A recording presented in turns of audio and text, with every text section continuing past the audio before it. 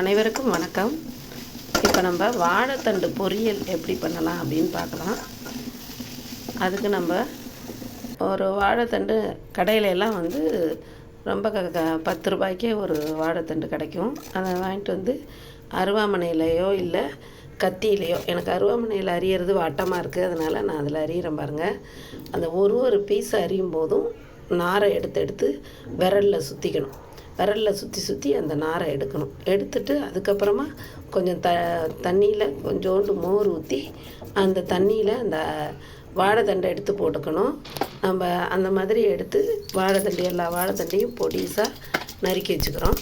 அதுக்கப்புறம் ஒரு கடாயில் கொஞ்சம் எண்ணெய் விட்டு கடுகு, உளுத்தம்பருப்பு, காஞ்ச மிளகாய், ஒரு வெங்காயம், கொஞ்சம் கருவேப்பிலை போட்டு அதை நல்லா வதக்கிக்கிறோம். நல்லா வெங்காயம் செவக்கிற அளவுக்கு நல்லா வதக்கிக்கணும். இந்த வாழைத்தண்டு கிட்னிக்கெல்லாம் ரொம்ப நல்லது. கிட்னி ஸ்டோன் இருக்கிறவங்களுக்கு இந்த வாழைத்தண்டு சாறு எடுத்து குடிக்க சொல்லுவாங்க. அப்படி இல்லை அப்படின்னா நம்ம வாழைத்தண்டு பொரியலாவோ அல்லது வாழைத்தண்டு கூட்டு இந்த மாதிரி வச்சு நம்ம சாப்பிட்லாம். வாழைத்தண்டு அவ்வளோ நல்லது. கிட்னி சம்மந்தப்பட்ட பிரச்சனைகளுக்கெல்லாம் இந்த வாழைத்தண்டு ரொம்ப ஒரு அருமருந்து.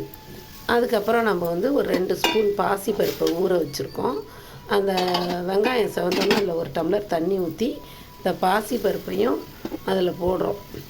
அதில் போட்டு வாழைத்தண்டு நறுக்கி வச்சுருக்கோம் இல்லையா, மோரில் ஊற வச்சுருக்கோம். கருத்து போயிடும். மோர் போட்டு ஊற வைக்கலைன்னா கருத்து போயிடும். அந்த எடுத்து அதில் போடுறோம். போட்டு நல்லா சீக்கிரமே வெந்துடும் அது வாழைத்தண்டு. அது உப்பு தாங்காது. கொஞ்சமாக உப்பு போட்டு அதை நல்லா உப்பு மஞ்சத்தூளும் போட்டு வேக வச்சுட்டு அதில் கொஞ்சம் தேங்காய் திருவி போடுறோம். தேங்காய் திருவி போட்டு நல்லா பெரட்டி எடுத்து விட்டோன்னா அந்த பொரியல் ரொம்ப டேஸ்ட்டாக இருக்கும். அதை நாரை எடுத்துகிட்டு செய்யணும். நன்றி.